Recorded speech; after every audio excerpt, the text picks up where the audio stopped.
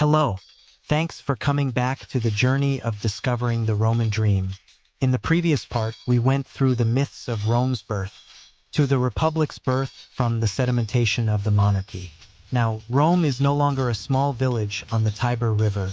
They are starting to see the world with horses, with blood, and with will. Let's continue to go through the next 3 chapters, where the wars of expansion, the fateful confrontation with Carthage, and the cracks in the Republic's heart are warning of something that is about to happen. After overthrowing its last king and establishing the Republic in 509 BC, Rome became a society free of individual rule. But that didn't mean the road ahead was smooth. In fact, it was only the beginning of a long journey filled with conflict and challenges. There were no kings, but no strong state either.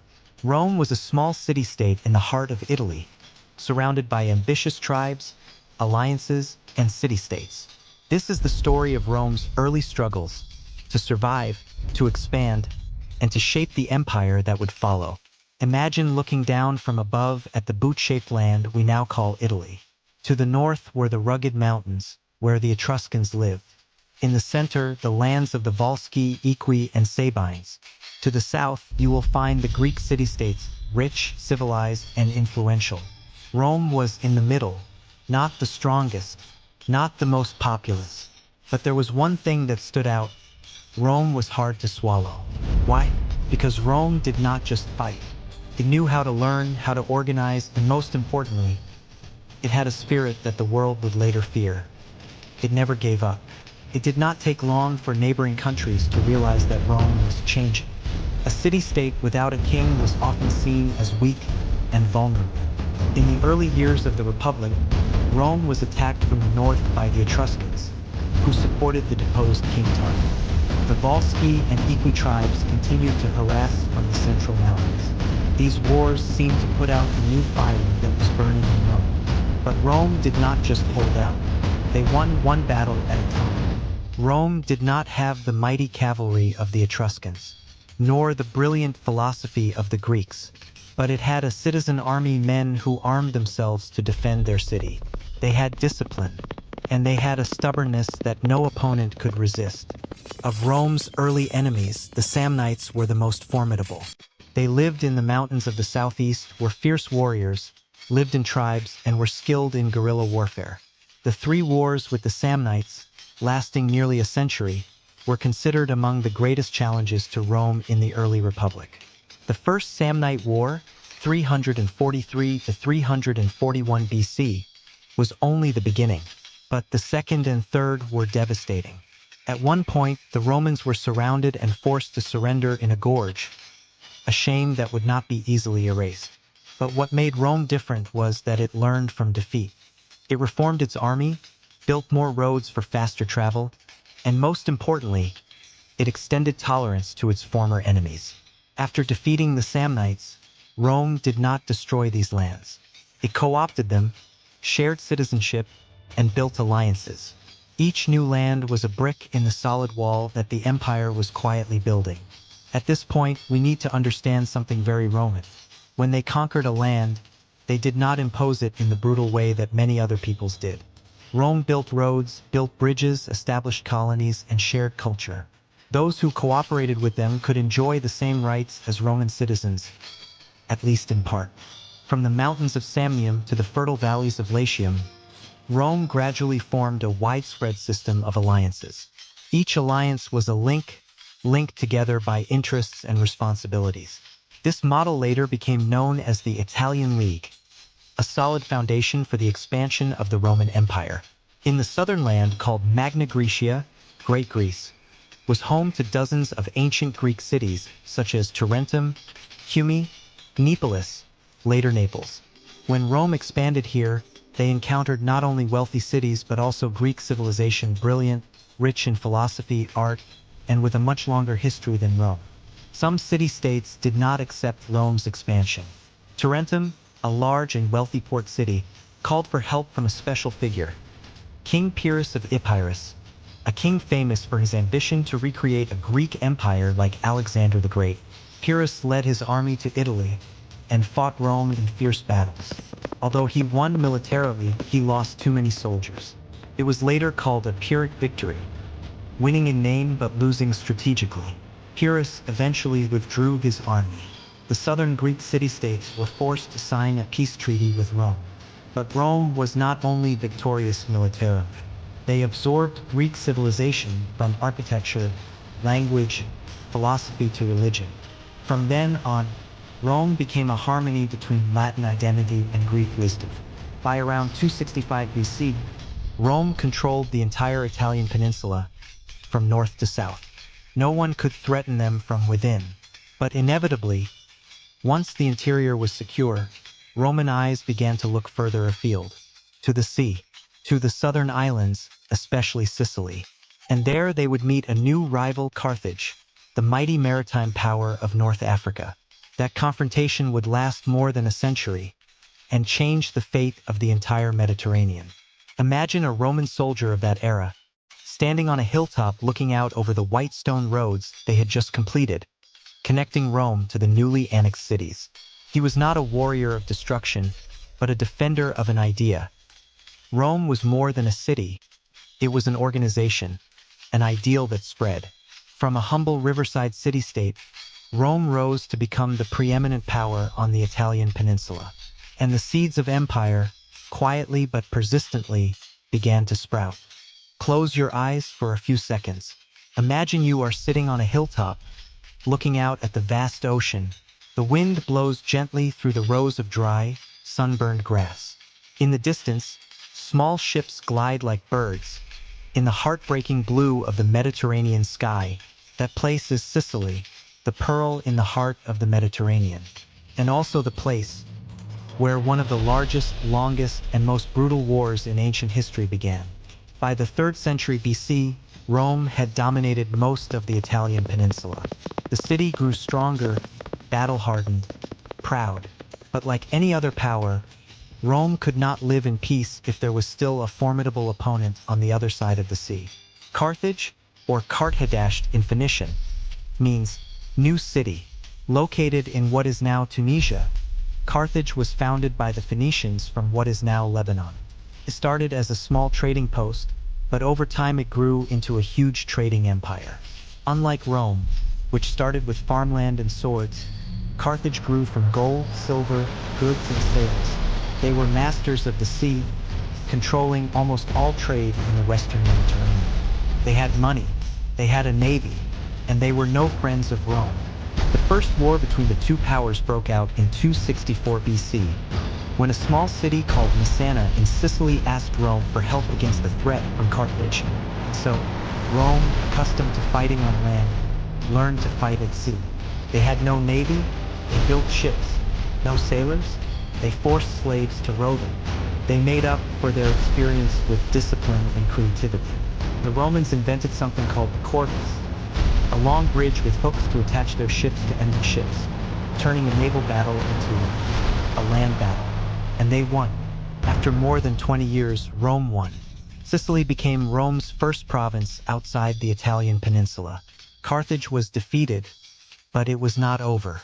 They lost Sicily, but they still had Africa, Spain, and a family that would change history, the Barca family.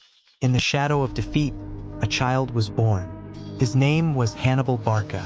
Legend has it that as a child, Hannibal was forced by his father Hamilcar Barca to swear that he would never forgive Rome. And he swore. With eyes burning, Hannibal grew up in hatred, in intrigue, and in the desire to bury Rome. The Barca family moved on to conquer Spain, where they built bases, trained troops, collected gold and silver, and prepared for revenge. In 218 BC, Hannibal did the unthinkable. He did not travel by sea like everyone else. He chose the most dangerous route across the Alps with 50,000 soldiers, thousands of cavalry, and more than 30 war elephants. Imagine the scene. Elephants weighing tons waded through icy rivers. Carthaginian soldiers struggled in the white snow, fighting hunger, thirst, and cold. Every meter of the road was filled with blood, corpses, and sacrifices. But then, Hannibal reached northern Italy. He defeated the Roman armies at Trebia, Tracinium, and especially Rome. In August 216 BC, Hannibal set a trap. He left his army weak in the middle, strong on the flanks. The Roman army, nearly 80,000 men, poured into the middle. Then, the two Carthaginian wings closed in like pincers. The result? Nearly 50,000 Roman soldiers died in a single day. It was one of the most brutal massacres in the history of the ancient world. Rome was in panic. The whole country was shaken. Many allies rebelled. People began to wonder, would Rome still stand? As darkness seemed to fall over Rome, a young man stood up. Scipio, later known as Scipio Africanus, was given command of the army. He did not confront Hannibal directly in Italy, but chose to attack Carthage at its roots. He crossed the sea, attacking Carthage right in Africa. This strategy forced Hannibal to return to defend his homeland. And then, in 202 BC, at the Battle of Zama, the two military geniuses faced each other. Scipio learned from Hannibal himself. He divided his cavalry, used feints, and most importantly, he was not afraid of war elephants. Rome won. Hannibal lost. Carthage surrendered. But Rome was not done yet. For nearly 50 years after that, even though Carthage was weakened, there was always a voice in the Roman Senate saying, Carthago delenda est, Carthage must be destroyed. In 149 BC, Rome used Carthage's violation of the treaty as an excuse and launched the Third Punic War. In 146 BC, Carthage was besieged, then completely destroyed. It is said that Rome plowed up that land, sprinkled salt on it so that nothing would grow again. Rome won. Carthage disappeared. But Rome also changed, from a republic based on loyalty, virtue, and self-discipline. Now, Rome became accustomed to victory, to vast territories, to endless resources. Sicily, Spain, North Africa now all belong to Rome. Power demanded a larger apparatus. Gold and silver demanded greater ambition. And fame, it was the fire that burned the Roman hearts. The war with Carthage was not just a conflict between two empires, but the prelude to a new Rome. A Rome that became accustomed to dominating the world. Do you hear it? The sound of elephants panting under the snow. The sound of trumpets in the mist of Cannae. The clash of swords against shields. And the sound of broken dreams in Carthage. Rome survived, but in return it was a long, bloody chapter. And Hannibal, despite his defeat, he still lives forever in the memory of history lovers as an unforgettable military genius. Close your eyes and imagine a quiet morning on the banks of the Tiber. The sun shines through the olive branches. The wind whispers through the red-tiled roofs of ancient Roman houses. Rome is still beautiful, still majestic, but inside the city, undercurrents are rolling. And soon, the entire republic will be caught in a storm with no way out. In the 1st century BC, Rome was no longer a small city-state. It was a huge empire, stretching from Spain to Asia Minor, from the southern coast of France to the deserts of North Africa. But ironically, as its territory expanded, the republic became more and more unstable. The rich got richer, the poor got poorer, and the people's hearts were gradually divided. The once loyal peasants, after many years of fighting, returned to their hometowns to find their lands taken by the nobles. They had to leave for the city, live in the slums of Rome, become an invisible crowd, but easily provoked. Meanwhile, the senators grew richer and richer, using their power to manipulate everything. The law, the courts, the army, Rome, the name that used to be a symbol of justice was now just a faded shell. In that context, 3 names began to shine. Pompey, the great general, defeated pirates, conquered the East, and was admired by the people. Crassus, the richest man in Rome, used money to buy both politics and power. And finally, Julius Caesar, a young, ambitious, intelligent, and charming politician. They cooperated, forming an informal alliance that people called the First Triumvirate. Each had what the other needed. Crassus had money, Pompey had fame, Caesar had the eloquence and the people. They were not friends. They were lions who hunted together for a while, before turning on each other and tearing them apart. In 58 BC, Caesar was given command of the army in Gaul, what is now France and Belgium. It was a barbaric, chaotic land, inhabited by Celtic tribes and constantly rebelling. With greed and ambition, Caesar did more than just quell the rebellion. He conquered the land. He wrote it all down in his commentary on the Gallic Wars, a work that was part war memoir, part clever PR tool sent back to Rome. He portrayed himself as a great general, bringing civilization to the wasteland. In his pen, the enemy was the barbarians, and he the light of Rome. In 8 years, Caesar destroyed hundreds of thousands of people, turned Gaul into a Roman province, and most importantly, turned the army into his own. While Caesar was rampaging in Gaul, Crassus, not wanting to be overshadowed, decided to launch an expedition to the east against the Parthian kingdom. But things did not go as expected. In 53 BC, at the Battle of Carrhae, Crassus and most of the Roman army were destroyed. He died in disgrace. It is said that the Parthians poured molten gold into his mouth to mock his insatiable greed. And now, there were only two left, Pompey and Caesar. There was no one left to balance the scales. The Senate in Rome, controlled by Pompey and the conservative nobles, began to panic. They ordered Caesar to resign and disband the army. But Caesar knew if he returned empty-handed, he would be tried, even killed. And so, in 49 BC, Caesar stood at the Rubicon River, the sacred boundary between military and civil power. A general was not allowed to cross the Rubicon into Italy, but he did the unexpected. He crossed, with the famous words, "Alia iacta est," the die is cast. Rome was shaken. Pompey, caught off guard and unprepared, retreated east, rallying his army. A civil war between two old friends, now enemies, had begun. It was not just a war between two individuals. It was a war between two visions, a Rome of tradition, of the Senate, of the aristocracy, represented by Pompey, and a new, powerful Rome, led by a capable and popular man, Caesar. Caesar moved quickly, defeated Pompey's army in Spain, and then crossed the sea to Greece. In 48 BC, at the Battle of Pharsalus, Caesar won a decisive victory. Pompey fled to Egypt, where he was assassinated by Egyptians who wanted to curry favor with Caesar. When he arrived, Caesar was presented with Pompey's head. He wept, not because of friendship, because of the end of an era. In Egypt, Caesar finds himself in another drama, one of power and seduction. He meets Cleopatra, a young, intelligent, and charming queen. The two quickly become allies and lovers. Cleopatra is fighting for the throne with her brother. With Caesar's help, she wins and keeps the throne. A child is born, Caesarion, and Caesar departs, leaving behind not only love, but also trouble that will last for decades. Caesar continues to quell the remaining opposition, from Africa to Spain. By 45 BC, the civil war is over.